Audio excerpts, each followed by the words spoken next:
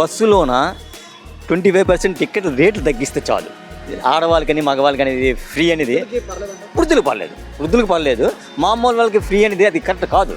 అలాంటి పథకాలు వద్దు. అది బాగుంది. గ్యాస్ సిలిండర్ బాగుంది. కరెంటు బిల్ తగ్గించండి. మన నిత్యావసరం అవి పర్లేదు. ఎప్పుడైనా ఇలాంటి మనం చూసుకోవాలి. ఏదో పనికి మనం అవిష్టం చేస్తాను ఏ నాయకుడు కూడా చెప్పకూడదు అనకూడదు. వాళ్ళు ఈ 3 చెప్పినా ఈ 3 కరెక్ట్ మాట. రాష్ట్రంలో ఈరోజు చంద్రబాబు నాయుడు వచ్చాక అన్ని కులాలని బీసీ సంఘాలని ఏకం చేసి ప్రతి దానికి ఒక కార్పొరేషన్ ఉండాలని తపంతో కొన్ని కార్పొరేషన్ ఏర్పాటు చేయడం జరిగింది. అలాగే గత ప్రభుత్వం జగన్ కార్పొరేషన్ అయితే ఏర్పాటు చేశారు, కానీ ఎవరికి ఏ ఫండ్స్ రిలీజ్ చేయలేదు. తద్వారా వాళ్ళు కూడా బీసీ కులాలకు అన్యాయం చేసినట్టు జరిగింది.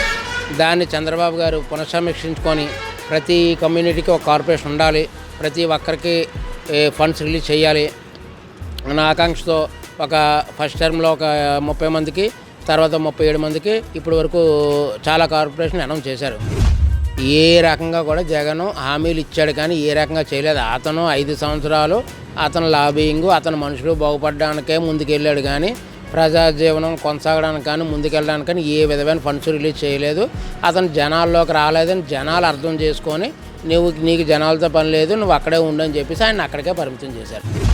ఆయనది ఒక మోనార్కిజం పద్ధతి. అంటే ప్రతిదీ నేను చెప్పినట్టే జరగాలి, నేను 5 సంవత్సరాలు వెళ్ళను, 5వ సంవత్సరాలు నేను మళ్ళీ జనాల్లోకి వెళ్తాను, మళ్ళీ నా ప్రభుత్వం వచ్చేస్తుందని ధీమాతోనే ఆయన ఉన్నాడు. కానీ అసలు ఆయన పార్టీయే వద్దని ప్రజలు డిసైడ్ అయ్యి ఉన్నారు. రెడ్ బుక్ పరిపాలన అన్నది ఒక 5%, 10% మందికే. రెడ్ బుక్ పరిపాలన అన్నది ప్రజలకు కాదు. ఎవరైతే ప్రజల్ని ఇబ్బంది పెట్టారో, ఎవరైతే కార్యకర్తలు ఇబ్బంది పెట్టారో వాళ్ళకే రెడ్ బుక్ అన్నది 1,00,000కి ఒకడికి ట్రీట్మెంట్ ఇవ్వడం తప్పితే ప్రజలందరికీ ట్రీట్మెంట్ ఇవ్వడం కాదు. చంద్రబాబు నాయుడు గురించి కానీ చంద్రబాబు గారి గురించి మాట్లాడే నైతిక హక్కు కానీ జగన్మోహన్ రెడ్డి అనే ఒక పైశాసికి ఏ అర్హత లేదు. అతని పిచ్చి పరాకాష్ఠకు చేరి ఒక పిచ్చోడు ఏ విధంగా ఇది తయారవుతున్నాడు జగన్మోహన్ రెడ్డి తయారవుతున్నాడు. చంద్రబాబు గారు అసలు ఏ రోజున నీ ఫ్యామిలీ గురించి కానీ నీ గురించి కానీ నేను ఇప్పుడు చేపించాడా, లేదా ఒక కార్యకర్తను ఎవరైనా సరే వాళ్ళ ఫ్యామిలీని ఇచ్చేయమని చెప్పాడా? నువ్వు నీ ఎమ్మెల్యేలని నీ మంత్రుల చేత చంద్రబాబు గారి ఫ్యామిలీ ఏంటి వాళ్ళు అది నీ యొక్క ఎదవతనము, నీ యొక్క చేతకంటనం. పాతదానికి కొత్తదానికి పోల్చుకుంటే చాలా వేరియేషన్స్ ఉన్నాయి. ఇది కాకుండా ఇంటర్నల్గా చాలా ఫేస్ చేస్తారు అందరూ కూడా. ఇప్పుడు ప్లేసెస్కి మనం ఇది కడతాం కానీ ట్యాక్స్ కడతాం కదండి, బిల్డింగ్స్ వాటికి అన్నిటికి కూడా చాలా విన్నా నేను. అది ఎంతవరకు కరెక్ట్ అని తెలీదు. అప్పుడైతే భయపడ్డారు జనాలు అందరూ, ఇప్పుడైతే అది లేదు. అసలు మన టీడీపీ నుంచే ఇప్పుడు మనకి ఏదైనా గెజిటెడ్ ఆఫీస్ సంతకం పెట్టాలనుకోండి, అన్న ఆఫీసుల చుట్టూ వెళ్ళాను. ఇప్పుడు ఎన్టీఆర్ గారు అప్పటి నుంచి కూడా ఆయన మొత్తం కలిపి అందరికి కలిపి ఒక దగ్గరే సైన్ చేసేటట్టు ఏర్పాటు చేశారు అప్పట్లోనే. అది రావడం వల్ల చాలా మందికి కూడా స్టూడెంట్స్కే కాదు పెద్దవాళ్ళకి ఏదైనా మనకి సైన్ చేసి అప్లికేషన్ కావాలనుకుంటే కనుక చాలా ఫెసిలిటీస్ వచ్చాయి అప్పటి నుంచి కూడా. టీడీపీ అంటే మాత్రం నాకు చాలా నమ్మకాలు. మరి అమ్మ చేస్తున్నారు. సిలిండర్లు కూడా వచ్చాయి కదా, ఒక సిలిండర్ ఇచ్చారు ప్రస్తుతానికి. చేస్తారండి, బడ్జెట్లో ఉంది కదా. ఇంట్లో డబ్బు ఉందనుకోండి టక ఖర్చు పెట్టేస్తారు. అది అప్పుల్లో ఉందనుకోండి దాన్ని సర్దుబాటు చేసుకొని అప్పులు ఎవరెవరికైనా తెచ్చామని చూసుకొని ఆ బడ్జెట్ని మళ్ళీ వినియోగం చేయాలి. మన కుటుంబంలాగే మన ఇల్లులాగే మాకు బాగానే అనిపిస్తుందండి చంద్రబాబు వస్తేనే. అభివృద్ధి అవుతుందండి కంపల్సరిగా. చంద్రబాబు నాయుడు అనుకున్నవి కొన్ని 100లో కనీసం 2 చేస్తాడు. అదే చాలదా? 2 చాలదా 100కి? హ్యాపీ ఫ్యామిలీ మెంబర్స్ అంతా అంటే జెంట్స్ అంటే రోడ్డు మీద తిరిగితే పక్కన పెట్టండి, ఆ గ్యాస్ రాగానే ఇంటికాడ అంతా హ్యాపీనా? ఫ్రీగా వస్తుందా? రోడ్లు చేస్తున్నారు కదండి. ఇప్పుడు నాది అగనంపొడి చూడండి, అగరంపూడి గాజువాక నుంచి అగరంపూడి అనకాపల్లి వెళ్ళే రూట్ ఎలా చేస్తున్నారు చూడండి.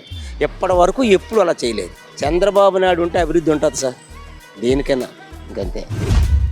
ప్రస్తుతానికైతే ఎక్కడో చేస్తున్నారు అంటున్నారు కానీ మాకైతే మెయిన్ రహదారులు ఎక్కడైతే కనిపించట్లేదు. మెయిన్ పాడైపోయిన రహదారులు అయితే అలాగే ఉన్నాయి, ఇంకెక్కడ కూడా సరే జరగలేదు. ప్రస్తుతానికైతే అభివృద్ధి అనేది అయితే మాత్రం ఈ రోడ్ల విషయంలో ఎక్కడ కూడా కనిపించట్లేదండి. పరిశ్రమలు డిఎస్సి అనేది అది కొంచెం ఆలోచించవలసిన విషయమేనండి. ఎందుకంటే డిఎస్సి అనేది ఎక్కడో ఇదేది అన్నట్టుగా కోట శ్రీనివాసరావు కోడి మాంసం పట్టుకొని ఆశపడినట్టు ఉన్నది మన విద్యార్థుల పరిస్థితి. మరి అది నిజం జరిగితే మనం వెల్ అండ్ గుడ్, బాగానే గవర్నమెంట్ పనిచేస్తుందని చెప్పి మనం చెప్పుకోగలమండి. కాబట్టి ఏదైనా ప్రభుత్వం ప్రజలకు మంచి చేయాలని మనం కోరుకుంటామండి, ఏ గవర్నమెంట్ అయినా సరే. కూటమి ప్రభుత్వం పర్లేదు, కొద్దిగా బ్యాలెన్స్గా వెళ్తున్నారు. రెండోది సెంట్రల్ నుంచి ఫండ్స్ తెచ్చుకోవడంలోన అమరావతి డెవలప్మెంటు, ఆంధ్రప్రదేశ్ డెవలప్మెంట్ కోసం చంద్రబాబు నాయుడు గారు ఫుల్ ఫెజ్డ్గా ప్రయత్నం చేస్తున్నారు. నెక్స్ట్ ఇకపోతే సూపర్ 6 పథకాల్లో కూడా క్రమంగా అన్ని ఇంప్లిమెంటేషన్ చేస్తున్నారు. కానీ ఈ సంవత్సరం రైతు భరోసా అమ్మఒడి అనేది ఇవ్వలేదు. అది కొద్దిగా ఇస్తే బాగుండని జనాల్లో కొంత అభిప్రాయం అనేది వచ్చింది. 3 సిలిండర్ పథకం కూడా బాగానే ఉంది. అంటే సంవత్సరం మొత్తం మీద 4 నెలల్లో సిలిండర్కి డబ్బులు పడతాయి. స్కీమ్ బాగానే ఉంది. డబ్బులు కూడా పడుతున్నాయి. బుక్ చేసిన వాళ్ళకి డబ్బులు కూడా వేస్తున్నారు. ప్రజెంట్ అయితే బాగానే ఉంది ఆ స్కీమ్. రోడ్లు పరిస్థితి బాగానే ఉందంటే ఫుల్ ఫెజ్డ్గా రోడ్లు అనేది వేయలేకపోయినా తాత్కాలికంగా గుంతలు కూడా కొంత బాగానే ఉంది. ఆ కార్యక్రమం కూడా చేస్తున్నారు. మా ఏరియాలో కూడా రోడ్లు అనేవి విస్తీర్ణంగా అవుతున్నాయి. అలాగే ఈ రూరల్లో పంచాయతీలు మున్సిపాలిటీలు కూడా సీసీ రోడ్లు కూడా వేస్తున్నారు. అది కూడా కార్యక్రమం బాగానే ఉంది. అదే పాత గవర్నమెంట్ పారిశ్రామికంగా ఏమీ దానికోసం పట్టించుకోలేదు. ఏమో జగన్మోహన్ రెడ్డి గారు ఉన్నప్పుడు నామమాత్రంగా ఏవో కార్యక్రమాలు చేశారు కానీ మరి అంత హార్డ్ వర్క్ అనేది చేయలేదు. చంద్రబాబు నాయుడు గారు వచ్చాక ఆ పరిశ్రమల అభివృద్ధి, దానివల్ల ఎంప్లాయ్మెంట్ పెరుగుతుంది కాబట్టి దానికోసం అతను కొద్దిగా ప్రయత్నం చేస్తున్నారని చెప్పుకోవాలి. లాస్ట్ ఇయర్ ఎందుకంటే శ్రీ సిటీ పెట్టి అక్కడ హీరో కంపెనీ చాలా అంటే కియా కార్ల కంపెనీ ఇవ్వకుండా శ్రీ సిటీ కొద్దిగా ఇండస్ట్రియల్ పార్క్ ఇచ్చి కొంత డెవలప్మెంట్ అయితే చేశారు. ఆ తర్వాత జగన్మోహన్ రెడ్డి గవర్నమెంట్లో పెద్ద డెవలప్మెంట్ ఏం కనబడలేదు. ఏదో ఆచిచూచి బిల్డప్ అయితే ఇచ్చారు కానీ మరి అనుకున్నంత ప్రోగ్రెస్ అయితే కనిపించలేదు. మరి ఈ 5 ఇయర్స్లో ఇతను చేయొచ్చు అనేది నా అభిప్రాయం. గవర్నమెంట్ కూడా మారిన తర్వాత ఈ నోటిఫికేషన్స్ అనేది కొంచెం ఫాస్ట్ చేస్తున్నదనేసి నా ఒపీనియన్. గత ప్రభుత్వంలో సచివాలయం తప్పించి ఏ జాబ్లు కూడా అంత త్వరగా ఏం కంప్లీట్ అవ్వలేదు. ఒక కానిస్టేబుల్ ఎస్ఐ కానీ డిఎస్సి కానీ లేకపోతే మరొక నోటిఫికేషన్ ఏం లేదు. ఈ అంటే ఈ గవర్నమెంట్ వచ్చిన తర్వాత జాబ్ల మీద కొంచెం విద్యార్థులకి మెరుగయ్యేలాగా అంటే ఉద్యోగాలను భర్తీ చేయాలనేసి కొంచెం త్వరగా ఉన్నారనేసి నా అభిప్రాయం.